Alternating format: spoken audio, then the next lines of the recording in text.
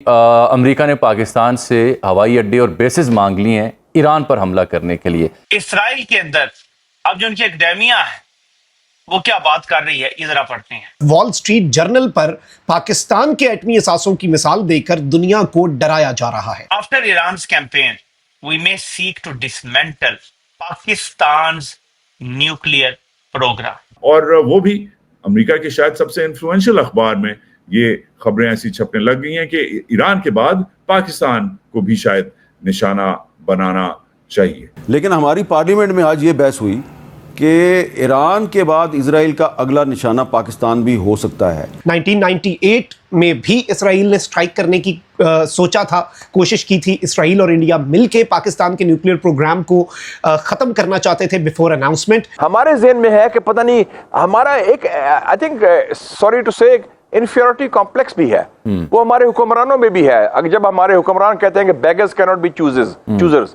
कि हम बेकारी हैं, हम छोटे मुल्क हैं। इजराइल और ईरान का जो न्यूक्लियर या जो भी उनकी रिलेशनशिप है उसमें तुम पाकिस्तान को क्यों घुसेड़ रहे हो, घसीट रहे हो। 1947 में जब कश्मीर पे जब इंडिया ने कब्जा किया तो उस वक्त हमारे मुजाहिदीन पाकिस्तान से यहाँ पे बंदूकें अपने कंधों पे रख के चले गए और उन्होंने जो आज अगर हम CNN न्यूज़ 18 की बात करें तो उन्होंने वाज़े तौर पर लिख दिया है कि पाकिस्तान से हवाई अड्डे भी मांगे गए हैं, पाकिस्तान से ज़मीनी इमदाद भी मांगी गई है और पाकिस्तान से समंदरी जो रास्ता है वो भी मांगा गया है।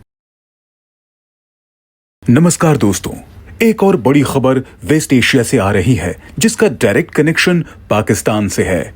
मीर मसरी, एक पूर्व इजरायली डिप्टी डिफेंस मिनिस्टर, ने एक्स पर लिखा कि ईरान की कैंपेन के बाद हो सकता है हम पाकिस्तान की न्यूक्लियर प्रोग्राम को डिसमेंटल करें। इजराइल का ये स्टेटमेंट काफी एग्रेसिव है। ईरान पर इजराइल के अटैक्स के बाद मिडिल ईस्ट में टेंशन्स पहले से ही हाई हैं और अब मसरी का ये बयान पाकिस्तान के लिए एक सीरियस थ्रेट की तरह देखा जा रहा है। दोस्तों, पाकिस्तान का न्यूक्लियर प्रोग्राम पहले ही दुनिया भर के लिए एक कंसर्न रहा है, कभी टेररिस्ट लिंक्स तो कभी इंटरनल इंस्टेबिलिटी, और अब अगर मिडिल ईस्ट की पावर्स भी इसको खत्म करने की बात कर रही है तो समझ जाइए गेम बदल चुका है। अब सवाल ये है, क्या ये सिर्फ एक पॉलिटिकल प्रेशर टैक्टिक है या कोई एक्चुअल मिलिट्री ऑपरेशन प्लान हो रहा है? आपको क्या लगता है, क्या पाकिस्तान की न्यूक्लियर एसेट्स सेफ हैं? कमेंट करके बताइए और चैनल को लाइक और सब्सक्राइब करना न भूलें। धन्यवाद। मेरे कॉलीग सदानंद धूमे हैं, ये वॉल स्ट्रीट जर्नल के लिए लिखते हैं और इन्होंने कहा कि भाई इजराइल ने ईरान का तो काम कर दिया मगर पाकिस्तान के न्यूक्लियर वेपन्स को भी देखना चाहिए। वो ऐसे हैं, वो तैसे हैं, वो जैसे हैं, बल्कि वो ज्यादा बड़ी थ्रेट है। तो अमेरिका में इस किस्म का भी एक आप कह सकते हैं, मैं इंडियन लॉबी का हिस्सा तो नहीं कहूंगा, सदानंद धूमे पढ़े लिखे महज़ब आदमी हैं, मगर उन्हें मैंने कल रात इन्विटेशन दिया है डिबेट करने की कि सदानंद मेरे साथ आके बात करो मेरी जान, कि ये बेगानों की शादी में अब्दुल्ला क्यों दीवाना हो रहा है। इजराइल और ईरान का जो न्यूक्लियर या जो भी उनकी रिलेशनशिप है उसमें तुम पाकिस्तान को क्यों घुसेड़ रहे हो, घसीट रहे हो। और वो भी अमेरिका के शायद सबसे इन्फ्लुएंशियल अखबार में ये खबरें ऐसी छपने लग गई हैं कि ईरान के बाद पाकिस्तान को भी शायद निशाना बनाना चाहिए। अब जो दुनिया के डिफरेंट जरीदे हैं, न्यूज़पेपर हैं, टेलीविज़न चैनल्स हैं, वो आप CNN की बात करें, रॉयटर्स की बात करें, वो आप ABC न्यूज़ की बात करें, या आप CNBC 18 की बात करें, या CNN न्यूज़ 18 की बात करें, तो सभी ने स्टोरी रन की है और बातचीत की है, अल जज़ीरा ने भी की है कि जो सदर ट्रंप और आसिम मुनीर साहब की मुलाकात हुई है इसके अंदर क्या कुछ हुआ है। अगर हम CNN न्यूज़ 18 की बात करें तो उन्होंने वाज़े तौर पर लिख दिया है कि पाकिस्तान से हवाई अड्डे भी मांगे गए हैं, पाकिस्तान से ज़मीनी इमदाद भी मांगी गई है और पाकिस्तान से समंदरी जो रास्ता है वो भी मांगा गया है। मतलब अगर ईरान के ऊपर हमला हुआ तो आप ये समझ लीजिए कि ईरान इराक़ से कहीं ज़्यादा ताकतवर मुल्क है। ईरान अफ़गानिस्तान से भी फ़ौजी एतबार से कई गुना ताकतवर मुल्क है। अगर अफ़गानिस्तान में ये जंग जो है वो सालों तक जारी रह सकती है, और इराक़ में भी आपने देखा था कि लंबी चली थी, तो इराक़ में खुदा न खास्ता अगर जंग लगी तो वो सालों पर मुहीत होनी है। इसलिए अमेरिका को ना सिर्फ फ़ज़ाई वहाँ पर फिर सहूलत चाहिए होगी, ज़मीनी सहूलत भी चाहिए होगी, और उन्हें समुद्री सहूलत जो है वो भी दरकार होगी। ये ये CNN न्यूज़ 18 ये वाज़े तौर पर इसके ऊपर स्टोरी कर रहा है। दूसरों ने भी की है, लेकिन CNN न्यूज़ 18 ने वाज़े तौर पर ये लिखा है और एयर किया है कि ये चीज़ें डिस्कस हुई हैं, ये चीज़ें मांगी गई हैं। अब जाहिर है इसमें कोई ना कोई कॉन्फिडेंस सदर ट्रंप को हासिल हुआ होगा। आपने भी कौमी असम्बली में वही बात की है तकरीबन जो मौलाना फजलुर रहमान साहब ने की, कि आपने कहा कि खुदा न खास्ता पाकिस्तान भी निशाना बन सकता है। क्यों आपको ये खदशा है कि ईरान के बाद इजराइल पाकिस्तान को भी निशाना बना सकता है? बिस्मिल्लाहिर्रहमानिर्रहीम। बहुत शुक्रिया अमीर साहब।